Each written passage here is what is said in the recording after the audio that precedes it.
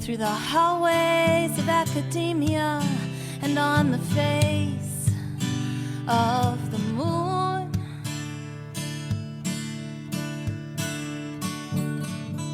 The footprints of conquest haven't left us any room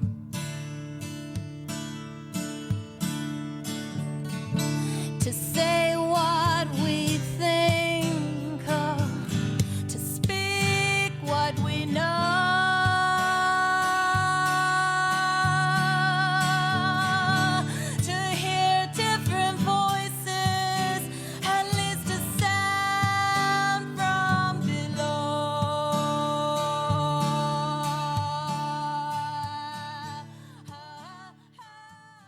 Greetings and welcome to the 44th edition podcast of Women's Liberation Radio News for this Thursday, December 5th, 2019.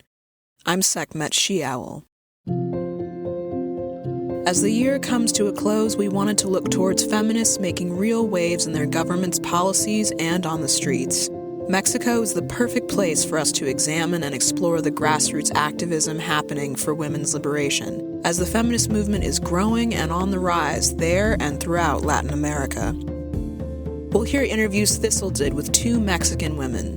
One, a feminist speaker and representative from the organization Feministas Mexicanas contra Vientres de Alquiler, or Mexican Feminists Against Surrogacy.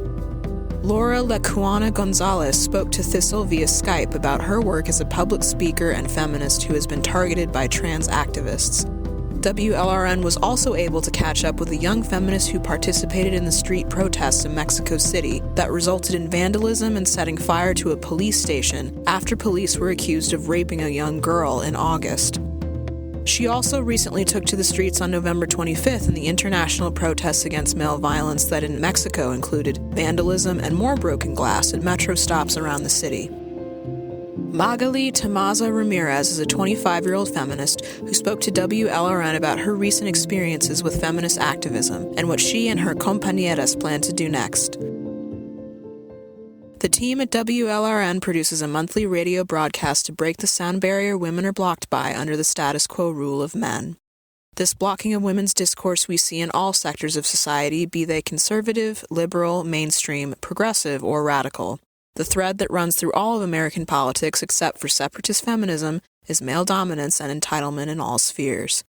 To start off today's edition, here's WLRN's April No with Women's World News for this Thursday, December 5th, 2019.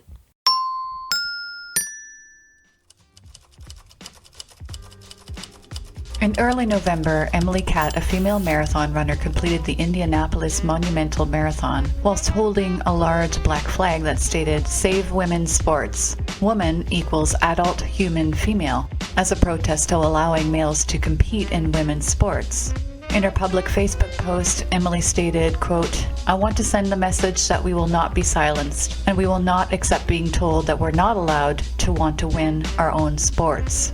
She added, "This is for all female athletes, past, present, and future. It's for the women who fought to be allowed to run marathons at all. It's for female athletes who are being told it's bigotry to point out the biological differences between the sexes. And it's for future female athletes of all sports. We all deserve a fair playing field, and we shouldn't be afraid to demand it." End quote. We commend Emily's bravery to standing up to the fascist gender ideology movement. Her post on Facebook has received over 900 shares despite the vitriol and hyperbolic disparagement she received, like TERFs Die in a Fire, claiming she was a right-wing Trump supporter and accusing her of transphobia. On November 21st, The Independent released an article detailing a year-long investigation into Iraq's secret sex trade, profiting off the bodies of poor, homeless, vulnerable women and girls. The anonymous author claims through a series of undercover filming sessions he has, quote, "ironclad proof that religious clerics, some of the most powerful people in Iraq, are not only allowing but encouraging underage prostitution with some of Iraq's most vulnerable girls," end quote. The Shiite clerics are said to be using a practice known as pleasure marriages in order to satisfy their religious beliefs and sexually exploit poor girls and women at the same time. You can now watch the hour-long documentary titled Undercover with the Clerics, Iraq's Secret Sex Trade on the BBC website bbc.co.uk. Whether you live in or outside of Canada, you can now sign a Canadian Women's Declaration, an appeal to repeal Bill C-16, which effectively conflates sex with gender in the Canadian Human Rights Act. Although Bill C-16 claimed to be anti-discriminatory in principle, in practice it allows for the self-identification into a sex class, giving men the right to invade women's hard-fought-for, segregated spaces. In addition, it allows for men's sexual and other criminal offenses to be recorded as the gender they identify with, rather than the sex they are. Furthermore, it has allowed men to use legal means to harass and put women out of business, as in the case of Jessica Yanev. If you wish to sign the declaration, please look for Canadian Women's Declaration on Facebook, or see the link in our WordPress site for this edition. Another feminist has had her talk cancelled due to outcries of transphobia. Rachel Ara, an award-winning artist, was set to speak at Oxford Brookes University on November 19th, but organizers caved due to pressure from gender identity activists. A letter signed from the Oxford Brookes LGBTQ+ Society accuses Rachel of being a TERF, a trans-exclusionary radical feminist, and due to her open support for the LGB Alliance, they also accused her of seeking to isolate and oppress trans people. A gender identity advocacy group with the Twitter handle @TERFsOutOfArt openly advocated for silencing Rachel by calling her a transphobe and encouraging staff to picket and raise complaints with the School of Art so the campus can be, quote, safe for everyone. Ara has stated she intends to take legal action against her aggressors. John Broadhurst, who was last year convicted of manslaughter for the murder of his partner, Natalie Connolly, recently lost an appeal to have his sentence of 3 years and 8 months reduced. This particular case caused outrage as the deceased victim sustained more than 40 injuries, including serious internal trauma, a fractured eye socket, facial wounds, and was bleeding heavily when she was pronounced dead at the scene by paramedics the next morning. The accused claimed she had consented to rough sex right before being killed. This case also sparked the creation of the group titled We Can't Consent to This, which has counted thus far 59 women in the UK who have been murdered by a perpetrator that claim the death was the result of a BDSM game gone wrong. Founder of the group, Fiona McKenzie, stated that, quote, there is no question that violence during sex has been completely normalized, and there has been a huge uptick in the defense being used, end quote. Harriet Harman, Labour's former Solicitor General, was worried that this case could set a legal precedent stating, quote, when a woman is dead, she can't speak for herself. Any man charged with killing a current or former partner or prostitute could simply say she wanted it, end quote. Broadhurst was originally charged with murder but took a plea deal and admitted guilt to the lesser charge of manslaughter by gross negligence for failing to get medical help. He later launched an appeal against his sentence, which was recently denied. A Swedish man who identifies as transgender has recently won an appeal to be transferred to a women's prison. Kim Marie Johansson, formerly Christopher, had previously been denied a transfer, but on Monday, November the 11th, a new application filed in October was granted, and Mr. Johansson was transferred to Hinsberg, Sweden's largest women's prison. In 2013, Mr. Johansson was tried and found guilty of violently murdering his ex-girlfriend with a knife and dismembering her body. He faked concern for her whereabouts, going so far as pretending to aid police in their search. Under interrogation, he admitted to having recently visited the forest, where her dismembered body had been found covered with his semen. After killing his ex, Mr. Johansson also murdered his dog. Initially, he was sentenced to 14 years in prison. Upon appeal, he was convicted of the lesser charge of manslaughter, and his sentence was reduced to 10 years. In 2013, Rachel Morin published a brilliant memoir titled Paid For: My Journey Through Prostitution.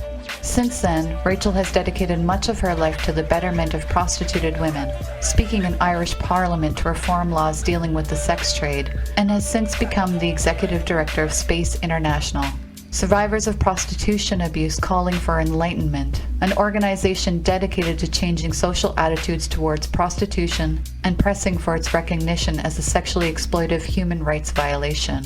However, she's been met with fierce opposition by punters, pimps, and male supremacists alike, and most recently by one exited sex trade survivor going as far as to say that Rachel has made the whole story up.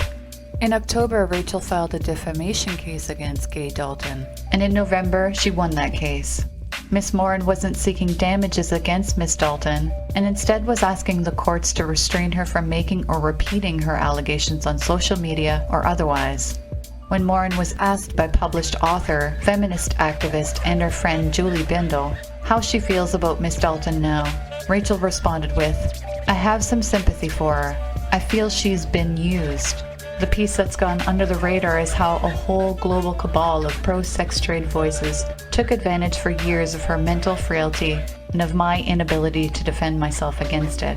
They used one woman to hurt another, and they knew exactly what they were doing. End quote. 300 Labour Party activists and supporters, including 3 MSPs and 24 Labour councillors, have launched a declaration on women's sex-based rights and are calling for more signatories. The declaration, which is being made in the form of a petition, is in response to moves which many fear threaten to erode and water down rights that women campaigned long and hard to achieve.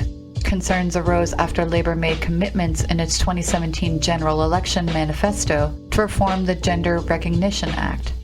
Many believe the proposals would have a detrimental effect on women's sex-based rights, particularly the right to single-sex facilities such as hospital wards, toilets, and changing rooms, and also services for survivors of domestic violence and rape. The declaration can be signed at www.ipetitions.com/petition/labor-women's-declaration. In the U.S. women's national soccer team's ongoing campaign for equal pay for women in soccer, last month, Judge R. Gary Klausner of the United States District Court for the Central District of California granted the women athletes class status in their gender discrimination lawsuit against U.S. Soccer, filed in March of this year. In granting class status, he effectively rejected U.S. Soccer's argument that because many of the women had earned more than the top-earning men's players over that period, there could be no discrimination under federal law, citing Bentz versus Detroit Health Corps, which ruled that the Equal Pay Act dictates equality in rate of pay rather than total remuneration.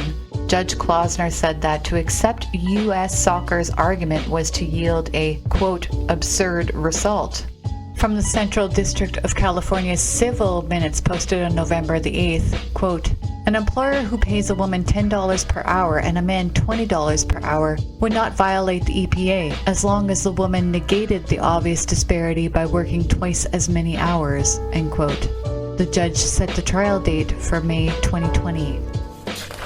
Following Day of the Dead celebrations, demonstrators marched through Mexico City calling for an end to violence against women. The marchers carried more than 100 purple crosses through the capital, each bearing the name of a woman who has been murdered or gone missing. The demonstration was called Dia de Muertas, or Day of the Dead Women.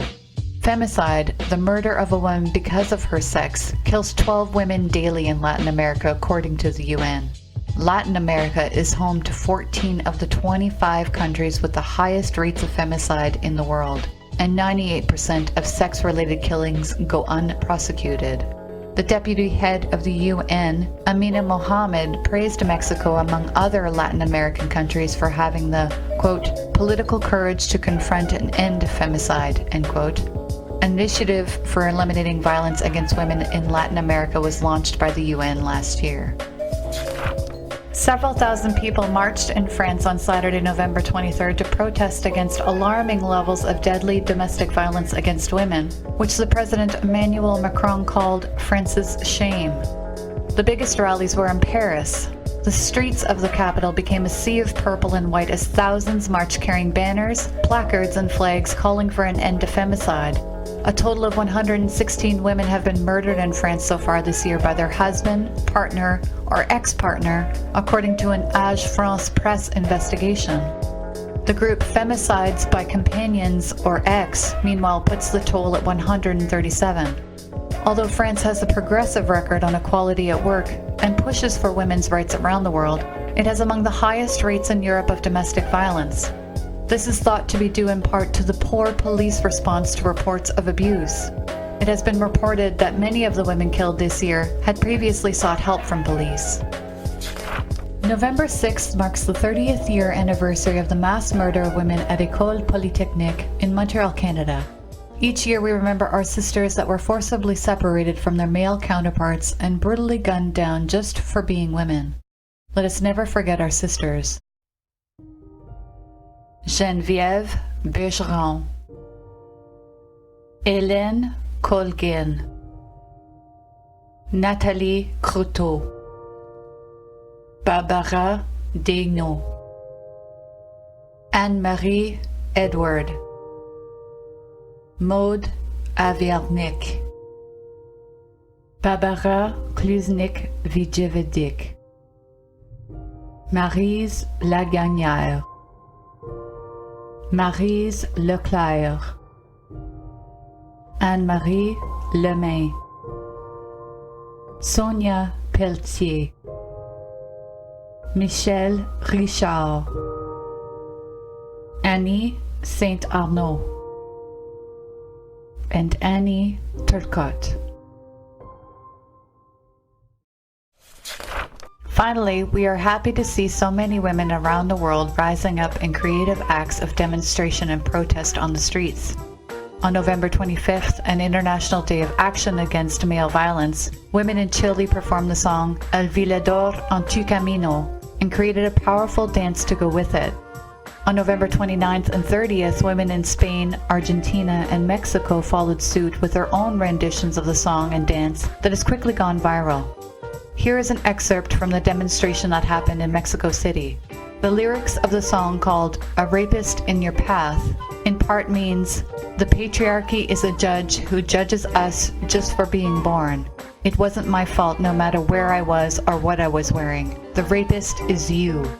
The oppressive state is a guy who rapes. El patriarcado es un juez que nos juzga por nacer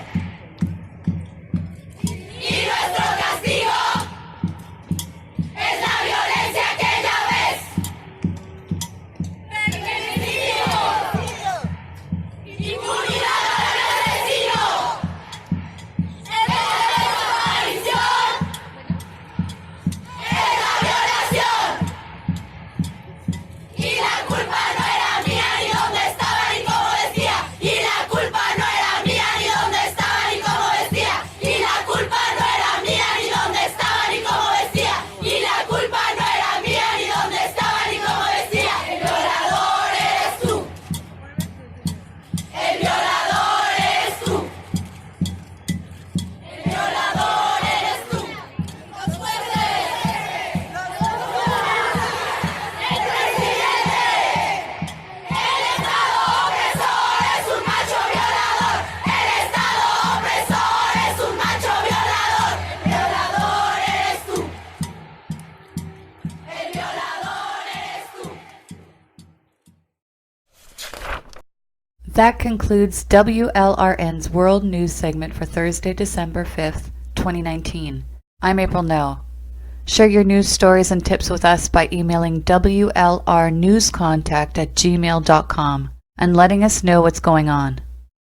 Hoy me levanto otro día siendo mujer. Desayuno con otra muerta más por la TV. Que su pollera, que era fiestera, y su asesino que me voy de mi casa. Quién sabe si podré volver. Solo quiero caminar en paz, deja de chiflar, que nos paren de matar. No quiero correr más por mis hermanas, voy a luchar. Porque vivas no quiero, libres sin miedo. Así vivas no quiero, libres sin miedo de ser lo que quiera ser. Voy a vestirme como quiera, con jean o con pollera, y voy a luchar por el aborto legal para que mis auroras no mueran más.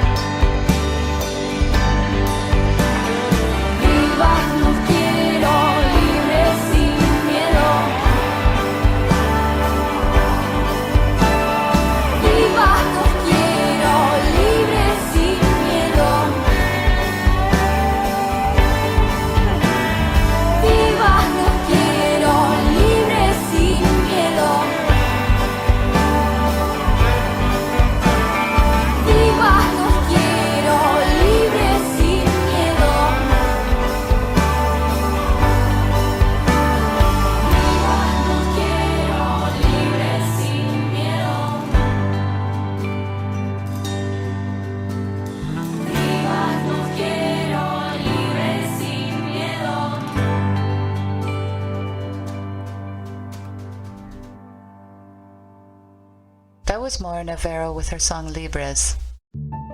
Next up, we'll hear excerpts of an interview Thistle did with Laura Lecuona Gonzalez of the organization Feministas Mexicanas contra el alquiler de vientres, or Mexican Feminists Against Surrogacy. Laura Lecuona studied philosophy at the National Autonomous University of Mexico, and her professional life has been devoted to the editing world. Currently, she's an independent editor and translator, having worked for some major publishing houses for more than 20 years. She tries to communicate feminism everywhere she goes. She is the author of Las Mujeres son Seres Humanos, Women Are Human Beings, an introductory book on feminism for teenagers and young adults, and keeps writing and giving lectures and talks on feminism despite the backlash she is facing. Laura spoke with Thistle about her feminist work and experiences with trans activists in Mexico who have targeted her for attack, and about how she has responded to those attacks. Great. Welcome, Laura, to WLRN. Hi, Thistle. I'm delighted to be with you. I love your podcast. I'm a faithful listener to it, so being there is a great joy for me. Thank you so much. So you are based in Mexico City, and you are a feminist with the group called Mexican Feminists Against Surrogacy. Can you tell us a little bit about your feminist work in Mexico? Sure. Well, this is a story. Almost 3 years ago, I wrote a piece about the transing of kids, which I noticed at that moment, and I was alarmed. And then, we'll talk about this later, but some Spanish feminists read it and they were interested, and they invited me to a secret group in Facebook, and I started to see what was happening in feminism in Spain. They were very keen on objecting to several parties were trying to push surrogacy into the law, to regulate surrogacy, and the feminists were, of course, against it. So there was a huge feminist work organization against surrogacy. And then I took notice of that. I didn't know at the time what was happening around surrogacy in Mexico, but then I noticed that a group called GIRE, Grupo de Información en Reproducción Elegida, who played an important role in depenalizing abortion in Mexico City a few years ago. They were known for the work for abortion rights for women. And then suddenly I saw they were for surrogacy. And I couldn't understand why some feminists were for surrogacy. And I said, this cannot happen. And I saw the debate was divided between these so-called feminists and, of course, the right-wing people. And I said, there's something wrong here. We have to make known that feminism is against surrogacy. You cannot be a feminist and be for reproductive exploitation of women. So we have to make it known to the people at least. And then this started to be a problem. Well, in Tabasco there was surrogacy once, and they changed the laws, but it's still happening a lot. But it has not regulated nationwide. But of course there are people trying to do it. So no, we're a bunch of women trying to say this is not right. That's all, and to protest. It's not a huge organization, not at all. And let me tell you, there was a backlash even within the group. So my work there is kind of, let's say, I'm still interested in the subject. I'm not doing so much work because the trans kids, so to say, of course, quote unquote, the trans kids issue is taking more of my time right now. And I don't have much time for these kind of things. I don't make any money from activism at all. And I'm a freelance translator. so I don't really have that much time. And I don't have that much support either. So it's me and a few very, very faithful friends. But it's not a huge organization at all. But that's the story of how we started. But the thing is, we are the only feminist voice out there. Well, not the only one. Sorry. The more recognizable one. The only group who has surrogacy in its name. Well, not surrogacy, vientres de alquiler. That means wombs for rent.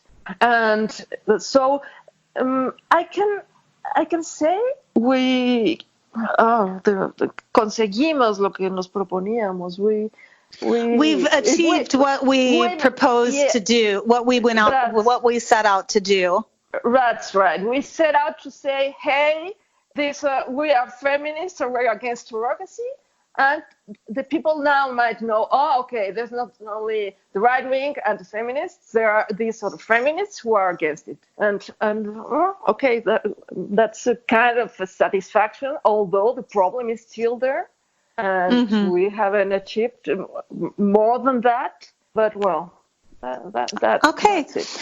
And so your main focus right now in your feminist activism is on the transing of kids. Is that why you were targeted recently with a death threat?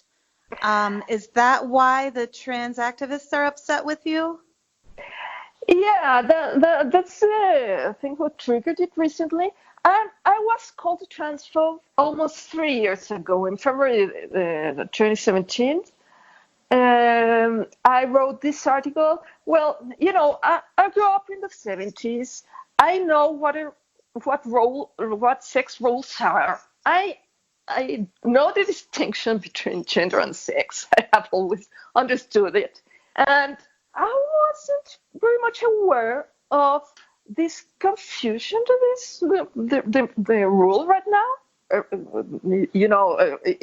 If 20 years ago it was easy enough to know this difference between sex and gender, nowadays it's like a huge task to make somebody understand the difference. I don't know what is happening in the minds of people, but it's something that is so simple and straightforward. It seems like a very difficult thing for some. So let me get the story straight. You wrote an article and published it about the transing of kids that was critical of transgendering children 3 years ago. Where did you get it published? It was in HuffPost, Mexico, which closed since then. So the article okay. So that was a pretty big. That was a big media company. That was pretty big. Yeah. All right. And so then that was 3 years ago. But the death threat came very recently, right? A friend of mine sent me the screenshot of the death threat to you, which was apparently given to you by a Tim, a trans-identified male, saying that, offering to kill you if somebody would pay him to do so. What triggered that? Was it the article from 3 years ago? Well, the article from 3 years ago labeled me as a TERF or transphobe. So I was known. It labeled you as a TERF and a transphobe that 3 years ago, and you haven't been able to live it down. So now you're labeled. Yeah. I'm a TERF for life. That's you're a TERF for life. Okay. Yeah. Of course, I don't call myself a TERF. Right. It's a slur. Right. But well, they know me for this, and every time I write something about trans activism or these kind of issues, there's people protesting. I wrote an article a few months ago. It wasn't just about transing kids, but it was in response to there's this bill which the Parlamento de Mujeres, the Women's Parliament, wrote down or prepared about the transing of kids. It's called the Iniciativa para el Reconocimiento de la Identidad de Género antes de los 18, for the gender recognition before 18 years old. And that means you go to the office and say, I, a 16-year-old kid or a 10-year-old kid, my gender identity is not male, and my birth certificates should be corrected. And it's they want it to be something which isn't supervised at all. Even if one of the parents objects, they say the kid, what the kid says must prevail. And this bill has stipulates that if the father or the mother doesn't want to, there's a solution, no? And the Women's Parliament got it out. And I started to say, what is going on? What's wrong with this so-called feminist? How can you not see what's at stake here? And then the hate against me sort of grew up a little. Where did you publish? So that article you wrote a few months ago about the bill that is in before the parliament. Did they pass the bill? Not yet. Let me tell you, not yet. That was an interesting thing.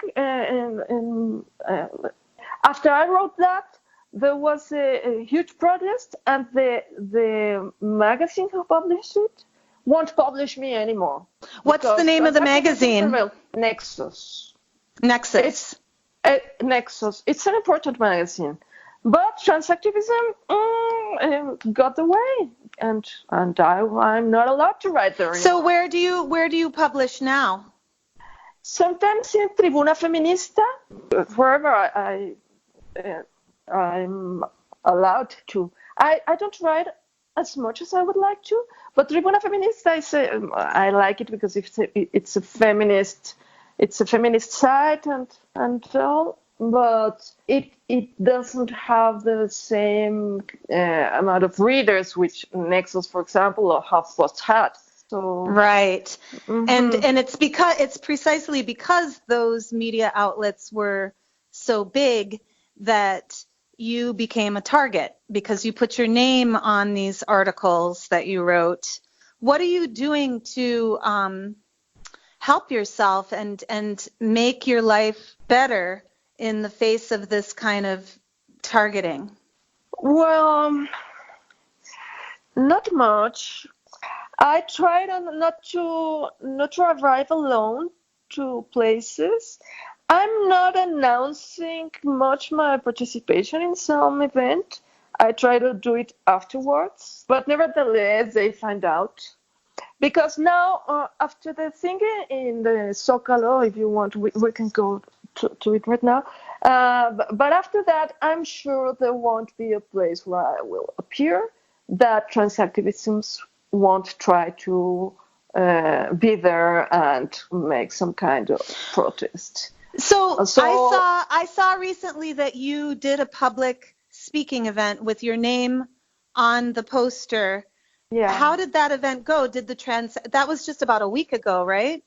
Yeah, the same people who let me clear something up about the Zócalo thing. The main public, the Zócalo thing. It was a book fair. I went to talk about publishing for kids because I'm an editor, not only for books for kids, but I'm an editor. I was going to speak about this, nothing to do with feminism at all. And there's a guy who calls himself non-binary, and there are several girls around him, and they said, aquí está la resistencia trans resistance is here, and they threw glitter at me and chanted something else and said something about my hate speech and went away. That was a little shocking, but I was. And this was at an event where you were speaking publicly, but you were not speaking about feminism. What were you speaking about? Publishing for kids. Publishing for kids. But books for kids. Books for kids. Books for children. But the trans activists saw that you were on the speaking list, and they showed up and they threw glitter at you. That's right. Right. That's right. And they chanted. Okay. But then there was a speaking engagement last week. Yeah. That was a feminist speaking engagement where your name was on the poster. What happened at that event? Okay.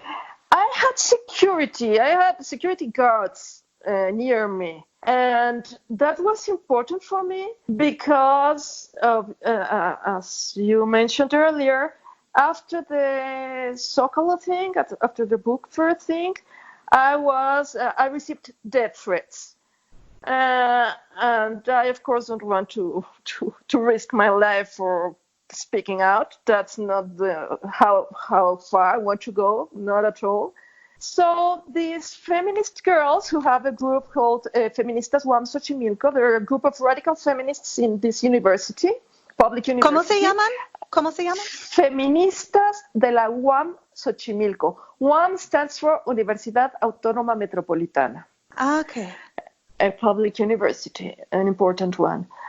And we organized this event around what feminism is retos del feminismo. No, not goals. It's the challenges. The challenges. Yeah. Yeah, and I was going to speak about pornography. Mm-hmm. But, well, of course, I have this. I'm targeted, as you said. So there are people informing themselves, where will I be? And somebody told me, hey, Laura, there's these people wanting to do something about this, do something in the event, so beware, no? And I told the organizers, and they said, we'll have security, don't worry. So if they didn't tell me this, I might have canceled, because I don't want to. Well, as I told you, this kind of worries me. So I arrived with a bodyguard. No, bodyguards around me. So I entered the place, and everything seemed peaceful at the beginning. But in the moment I took the microphone, the same people who were in the Zocalo and the main public square arrived chanting, aquí está la resistencia trans, and they came towards the scenario where I was seated, along with another speaker. But there was this bodyguard. They had. Well, he couldn't get so near me as he wished. They threw glitter, but with something which makes a bang, so it was a little scary because it sounded like a gun. Mm-hmm. And the glitter didn't get at me, but they did this protest. There were some people with posters saying we don't want TERFs in our university. There was another people who at the time of the questions and answers, it told me I'm a transphobe and how I am mean to LGBT people, and my Twitter is and there were people waiting for me outside. But as I told you, I had these bodyguards. This is amazing. It's ridiculous. But when I had these bodyguards, and we went out the back door, they took me into a car, and then this car took me into the car of another woman who gave me a lift. Okay. But, well, that happened. So I didn't risk my life, but as you know, Mexico is a violent country. There are 9 women killed daily, and these kind of threats are not a joke to me. I know I must be aware, and thinking that I will have to endure this every time I speak in public, I really don't like the idea. I'm thinking about not doing it anymore. I don't know. I You don't know. want to be a martyr. No, that's not Right. You don't want to be a martyr. No, I understand. But I do want to. Of course, I won't shut up. I will. I want to keep on writing and making people aware about trans activism and how misogynist it is. And I will keep doing it, but maybe in writing, not presenting myself in public. I don't know. Let's see what happens. Mm-hmm. Well, thank you so much for your work speaking out like you have, and I think it's perfectly reasonable for all of us as feminists to want to protect ourselves and not be sacrificed and not be martyrs. We simply wish to have, I can, for myself at least, say that I'd like to have civil discussion and dialogue about the politics of the day without threats of violence, and that should be possible. But then the trans activists argue that just my presence is violence. So just me existing and being somewhere is unacceptable to them, which is ridiculous, because then that's not even listening to the content of what I'm saying. It just becomes ridiculous, like it has in your case as well, where they just see your name and that's enough. It doesn't even matter what you're talking about. You are labeled. You are labeled, and it's I don't know how we're going to get out of this, Laura, pero estoy muy contenta de conocerte. I'm very happy to have met you because, we feminists need to hear each other's stories and not feel alone. Like, we're not the only ones. There are other women that are being targeted unfairly like this. And maybe if we all come together in our solidarity, eventually society, like, I'm really glad that they had bodyguards for you, Eventually we can bring society back to a place of fair treatment for women and allowing women to be in public speaking without threat of violence. I mean, that's my hope. That's my hope too, but their strategy is, it's amazing. They don't want us to speak out. They don't want us to be listened. No, so that's why our mere presence is a hate crime. Right. It's just hard. Es una situación súper dura. Entonces, gracias por tu trabajo. Thank you for your work. Is there anything, we're going to have to wrap it up. Is there anything you'd like to say in particular? I know you've listened to a lot of WLRN podcasts. Is there anything you'd like to say to our listeners who are largely lesbians and radical feminists, and largely from North America?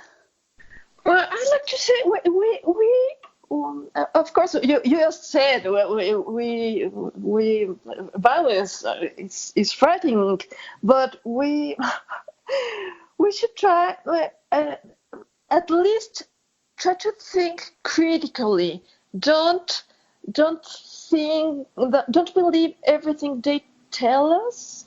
I'm sure if more feminists were more girls and women were how do I say, seguras de sí mismas, sure of themselves, had more self-esteem and self-confidence, they wouldn't be, no se irían tan fácil con la finta. They wouldn't believe as easily this nonsense trans activists are trying to make us believe, as sex is a spectrum and sex doesn't exist and being a woman is feeling like a woman. We wouldn't be, or there wouldn't be so many people ready to think that nonsense if we were more confident about our logical capacities. And that's what I try to say to young feminists: be more confident about your own thinking. Right on. That is a wonderful message. Mm-hmm. Thank you so much, Laura. You're welcome, Thistle. Thank you for inviting me. It's great speaking to you and to your listeners.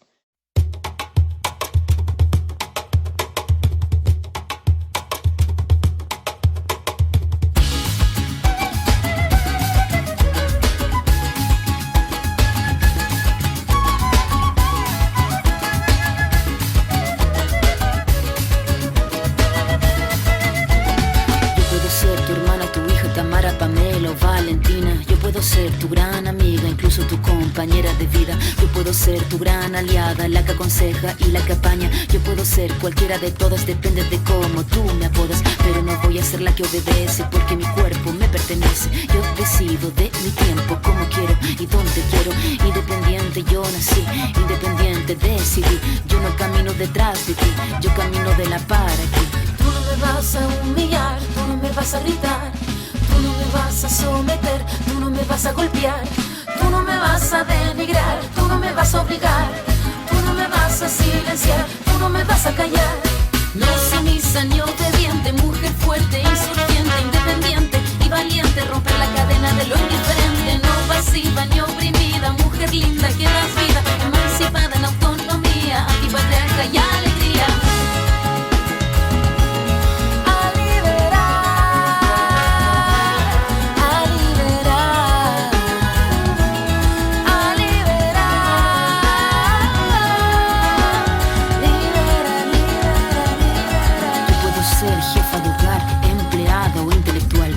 Ser protagonista de nuestra historia y la que agita la gente, la comunidad, la que despierta la vecindad, la que organiza la economía de su casa, de su familia. Mujer libre se pone de pie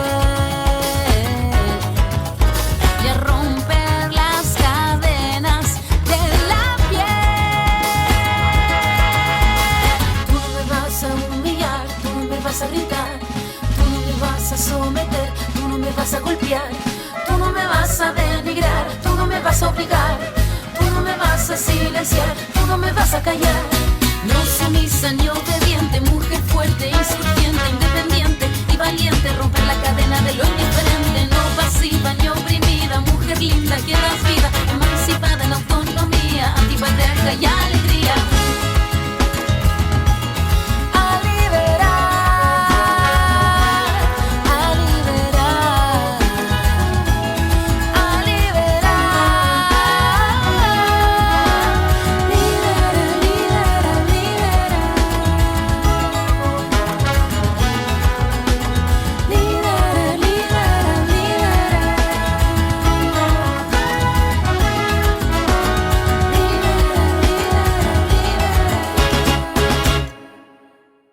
That was Anti-Patriarca by Anna Tijoux.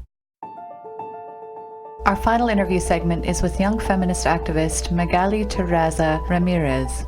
Magali describes how she became interested and involved in socialist feminist activism through the organization Red Roses, and what her recent experiences have been like in the streets. Magali is a graduate student in the School of Social Work at the National Autonomous University of Mexico, the largest university in Mexico.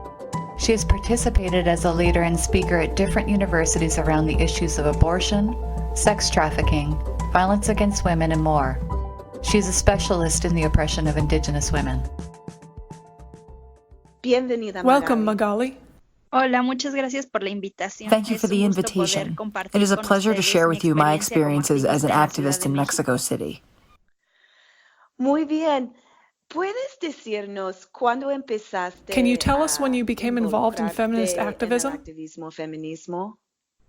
Claro, pues yo inicio a conocer sobre feminismo. I began when I arrived at the university. En la universidad I am a student. Well, now I am a graduate student in the School of Social Work. In the School of Social Work, we do internships in the field, and I began to learn about liberal feminism, or institutional feminism, at the university. Liberal en la universidad y hace más o menos 3 años que pertenezco. But about 3 years ago, I joined the socialist feminist organization Red Roses and began learning about radical feminism and socialist feminism. And from there, I became an activist at the university and at my place of work, and also in the streets. Radical en el feminismo socialista también. Y pues finalmente desde ahí comienzo una vida como activista dentro de la universidad, en mi trabajo y también en las calles. Sí, yo vi que hace algunos meses, creo que Yes, fue I saw that a few agosto, months ago. I believe it was in August. hubo There was a una protest in the streets of Mexico City. en las Did you calles, participate in that en las calles demonstration? de DF. ¿Participaste en esa manifestación? Sí, bueno, en México, en la Ciudad de México y pues bueno, en Yes, general in en todo el Mexico país, City. a partir del And, año well, in all of pasado, Mexico, since last year when women in cuando las Argentina compañeras first de started Argentina organizing. convocan al pañuelazo nacional y se comienza a extender It spread throughout hasta all toda of Latin America, Latina. and what En they México call the también llega green lo que wave se llama la marea arrived to verde, Mexico. y entonces comenzamos con una serie de So we actividades began a series para of activities to la fight for lucha the por el right aborto to legal, seguro y abortion on gratuito demand and en without la Ciudad de cost for the México, whole country of que ya es Mexico. legal y es seguro It y is already gratuito. legal in Sin Mexico City, embargo, but we wanted to make it luchamos legal and también para que accessible in the sea whole country. legal y gratuito en todo el país. Lo que pasó en agosto de este What año happened in fue August, el on 16 August de agosto, 16th, una is that gran young women took to manifestación the en la streets Ciudad of de the city, México donde participamos principally mujeres, university students, principalmente to mujeres demand an jóvenes end to femicide universitarias, and violence y against que women. en esa manifestación lo que exigimos es pues el cese, el término de la violencia hacia las mujeres, ya que en México se cometen diariamente de 9 a Here in 10 Mexico City, on a feminicidios, y daily pues basis, las 9 to 10 autoridades women de are todo el murdered, and the país han authorities, for the sido most part, ignore it. omisas a toda la violencia que viven las mujeres. There are Y not sobre enough todo, punishments for those who are pues a la guilty of ola de this violencia violence, feminicida, and there is a no hay lack of castigo a los investigation into these culpables, no murders hay of women. investigaciones sobre los asesinatos de las mujeres.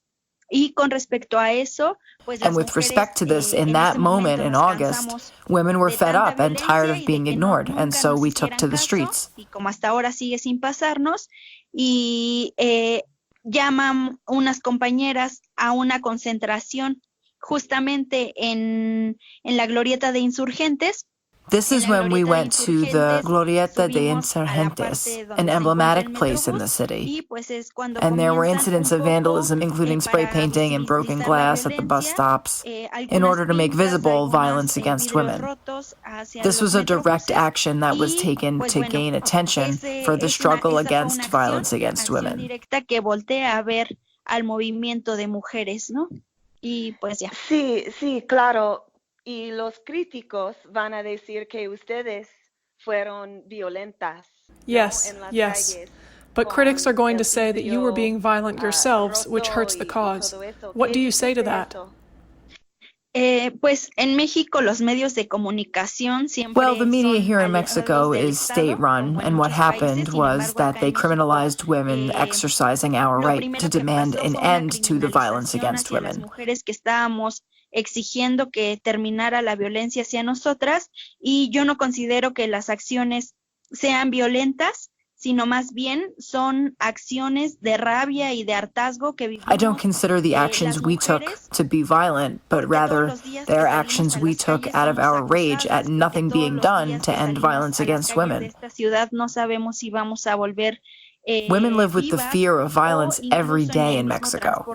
Every day when we go out into public, we are harassed, and we don't know if we will be able to return home alive. Por profesores, por maestros, y que bueno, esas acciones pues fueron meramente un acto de hartazgo, un acto de rabia por parte de las mujeres, y que los medios de comunicación llamaron únicamente a visibilizar esas acciones, criminalizándolas como violentas. This includes incidents of violence that occurs in public transportation and at the university by professors and teachers.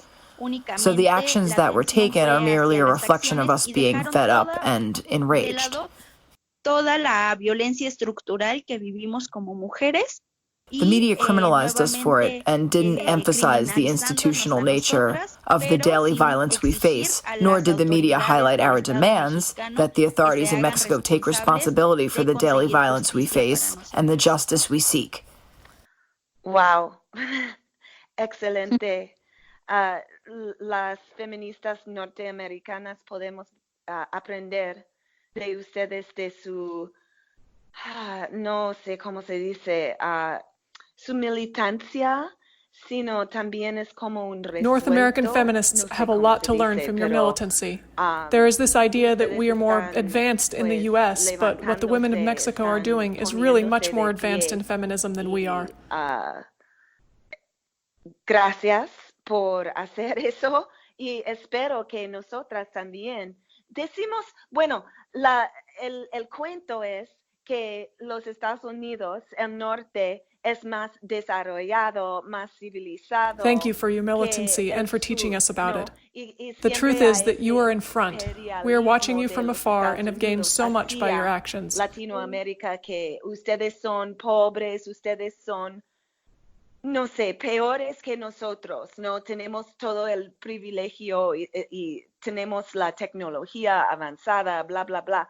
Eso es el mito, es el cuento que nos contamos, pero la verdad es que ustedes están enfrente. Estamos mirándoles a ustedes. Ustedes están en las calles. Hace 2 días o 3 días estuvieron ustedes de nuevo en las calles con su presencia militante, creo que es la palabra. No quiero decir violenta, sino pues con los pies bien planteados y sin... Your feet are firmly planted in the ground, and I don't have the words, but you understand, right? No tengo las palabras, pero ¿me entiendes? Sí, claro, te entiendo. Pues Yes, I understand. en términos, Let me talk about the creo feminist que, movement a bit bueno, more. más bien platicándote un poco de la experiencia del movimiento feminista en México. Hasta hace unos, no sé, una década, el movimiento feminista no era tan fuerte, y en Latinoamérica actualmente 10 years ago, the feminist movement in Mexico was not as strong as it is today. Pero sobre todo desde 2015 para acá, beginning in 2010 and definitely in 2015, with the mobilizations happening in Argentina and Bolivia, and in Latin America as a whole. Ha crecido muchísimo el movimiento. The movement in Mexico began to grow, and this has given us the opportunity to ask the question, what is the origin of the oppression and violence that we live with in Latin America? Y pues, un poco al cuestionarnos in asking ourselves this question, we have been able to answer by saying that the oppression and violence that women experience is rooted in capitalism and the patriarchy. Ha sido el capitalismo y es el patriarcado en el que hemos vivido, pero sobre todo un capitalismo que tiene la violencia. And this capitalism has origins that are structural. And what I mean by that is that it is a capitalism that is ferocious and wild against the countries of Latin America. We are the ones who pay the price of this and suffer the most violent consequences.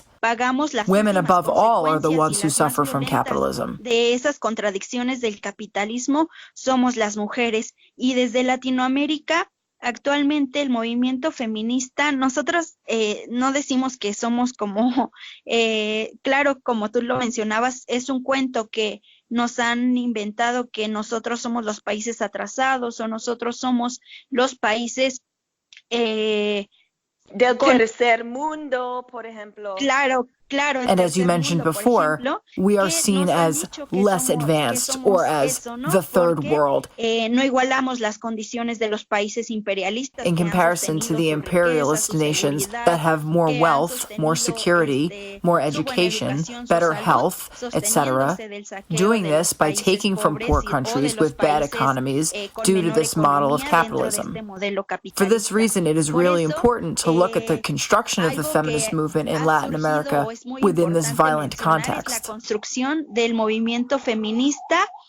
The construction of our Latin American feminism is in response to not being able to stand this violence. Feminismo es una respuesta a que ya no soportamos tanta violencia. Prácticamente nos jugamos todos los días la vida en las calles, en la misma universidad. Practically every day we are experiencing it in the streets, and even at the universities. Even prestigious ones have female students who turn up dead. Dentro de la universidad.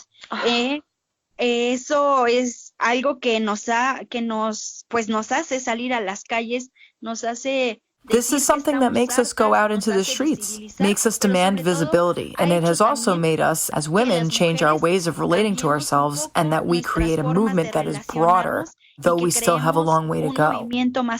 Aún falta muchísimo, And there are many different currents in our feminist movement. Del feminismo, y eso pasa en todo el mundo, pero acá en México y en otros países de Latinoamérica pasa. As is common throughout the world, we don't agree on everything, but what is common to us all is the demand to end the violence against women and to have access to free and safe abortion. De la violencia, de los feminicidios y la lucha por el aborto legal ha sido uno de los factores fundamentales. This agreement has been fundamental to growing our broad women's movement here in Mexico. Ir creando un movimiento amplio de mujeres.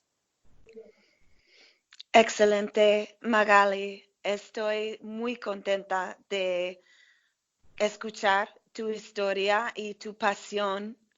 Y pues estás con Great, mucha Magali. otra I'm so happy to hear your gente, stories. pues muchas Also, otras you really are with a lot of other women, mujeres, right? ¿no? You are not alone in this. No estás sola. Claro. Sí, pues yo Yes. pertenezco a la Yes, I belong to the Mujeres organization Rosa Red Rojas, que Roses, made up of somos, socialist women. feministas socialistas, somos We are marxistas Marxist revolutionaries who believe that feminism creemos en must que el be feminismo anti-patriarchy tiene que and ser, anti-capitalist. Antipatriarcal, Sí. anticapitalista. ¿Estás todavía en la universidad como estudiante? You mentioned that you are still at the ¿O university. te has graduado? Soy pasante, estoy terminando mi tesis de grado. Sí. ¿Y este grupo Are there older es women who de la participate in your universidad group? o es Ujú. otra? Somos principalmente estudiantes de la UNAM y de otras We are made up universidades primarily of también, women como la who are UAM. still students at the Y, university, but we do have some members who are not students and are estamos working conformadas women. por estudiantes y trabajadoras, algunas compañeras que ya no están en la universidad y que han tenido que integrarse al sistema laboral, y también realizamos trabajo en la montaña alta de Guerrero con compañeras que son indígenas en uno de los estados más pobres de México.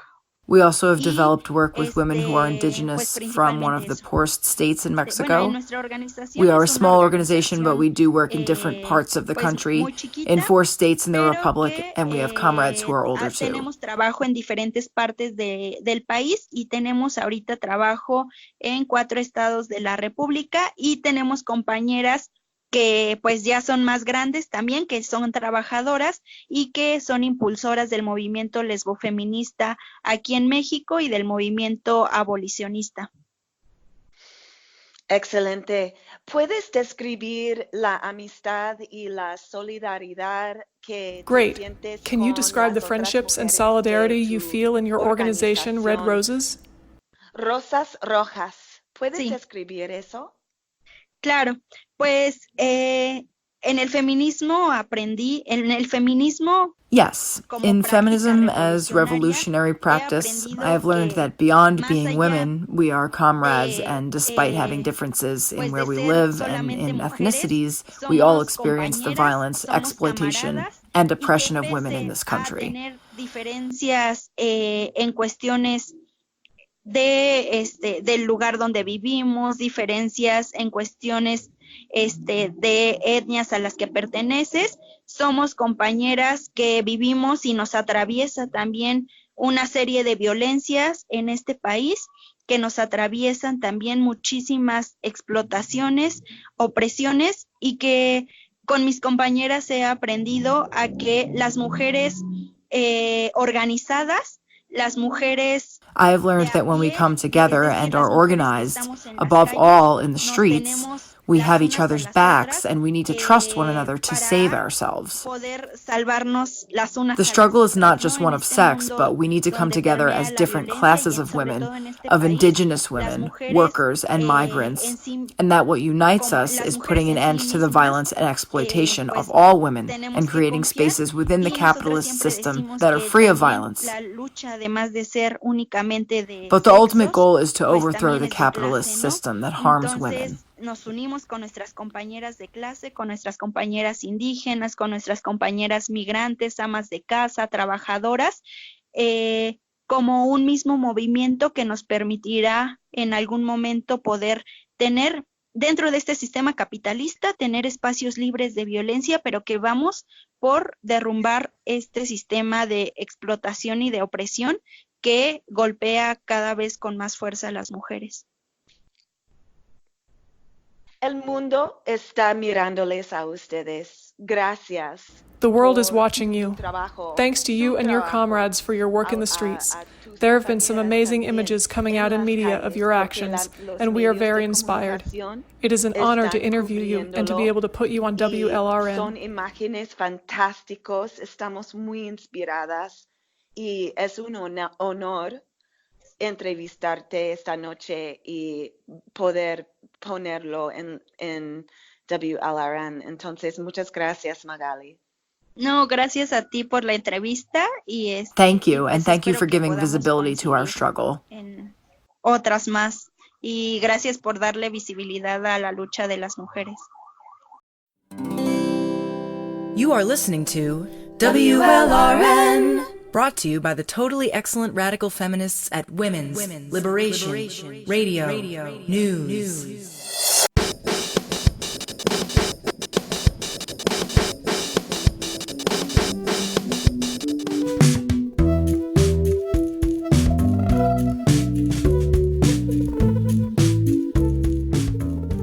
The United Nations ranks Mexico one of the most violent countries in the world for women.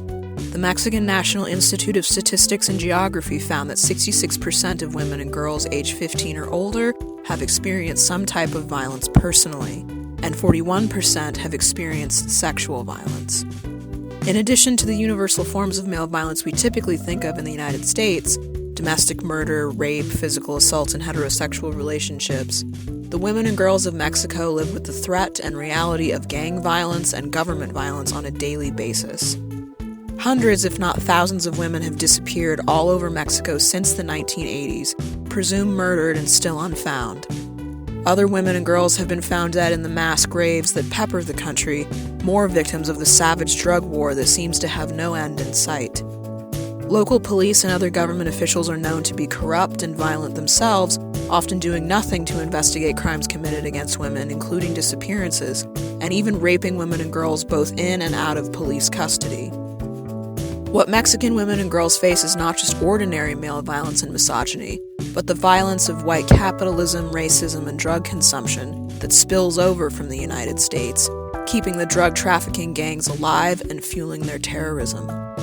The men in law enforcement and the government who are supposed to protect these women from violent husbands, boyfriends, fathers, and gang members instead use their power to further victimize the women or else ignore them.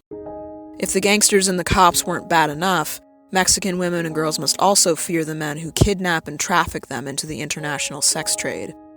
Without even looking at other women's issues like wages and abortion rights, we can recognize the female condition in Mexico is dire and horrifying.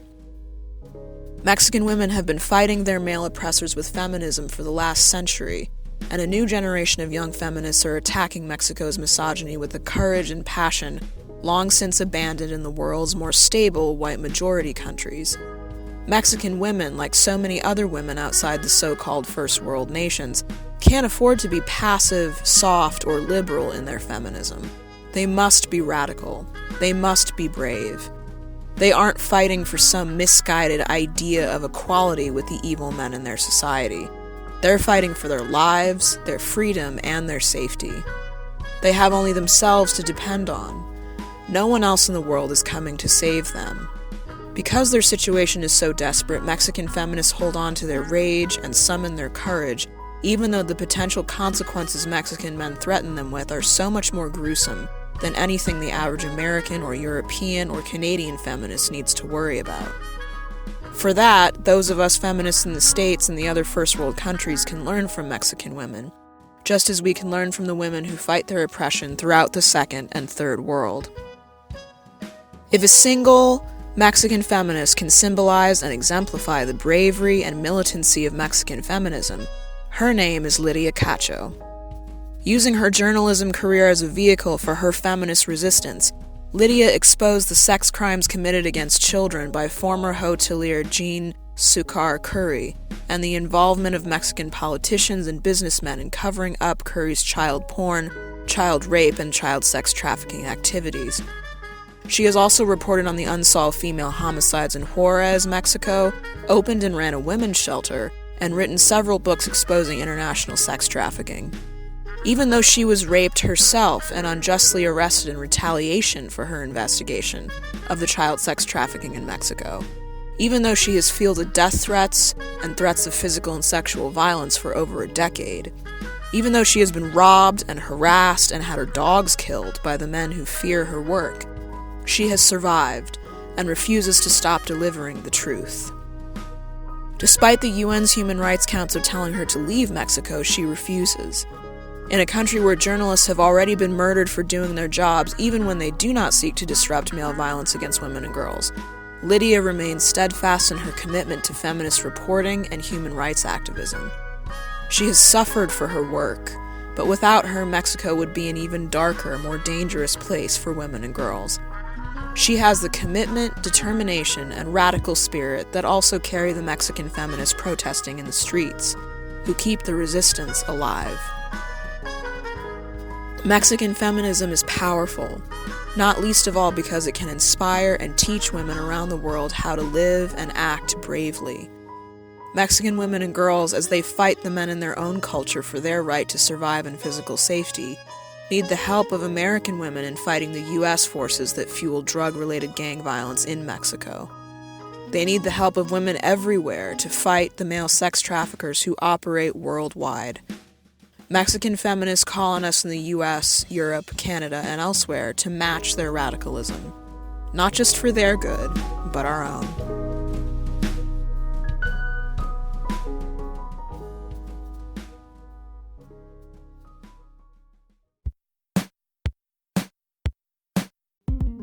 Thanks for listening to WLRN's 44th edition podcast on Mexican feminists and the growing feminist movement in Mexico.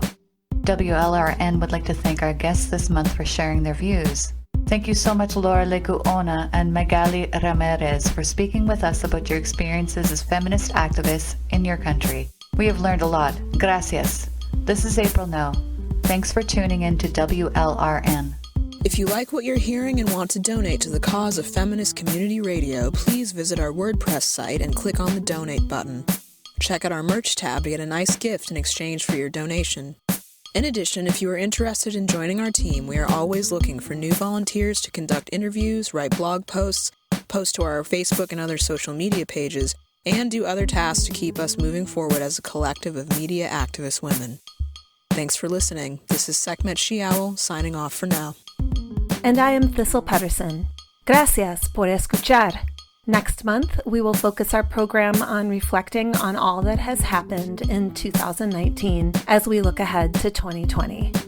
Our handcrafted podcasts always come out the first Thursday of the month, so look for it on Thursday, January 2nd, 2020. If you'd like to receive our newsletter that notifies you when each podcast, music show, and interview are released, please sign up for our newsletter on the WLRN WordPress site. Stay strong in the struggle, and thanks again for listening to WLRN. This is Danielle Whitaker, signing off on another edition of WLRN's monthly handcrafted podcast. You can find us on Twitter, Spotify, Spinster, Facebook, Tumblr, and SoundCloud, in addition to our WordPress site. Thanks for listening. And this is Jenna. Our monthly podcasts are always crafted with tender loving care and in solidarity with women worldwide. Thanks for your support. We would love to hear from you, so please share, like, and comment widely. Hasta la próxima, compañeras. But how will we find our way out of this? What is the antidote for the patriarchal kiss? How will we find what needs to be shown? And then after that, where is home? Tell me, where is my home?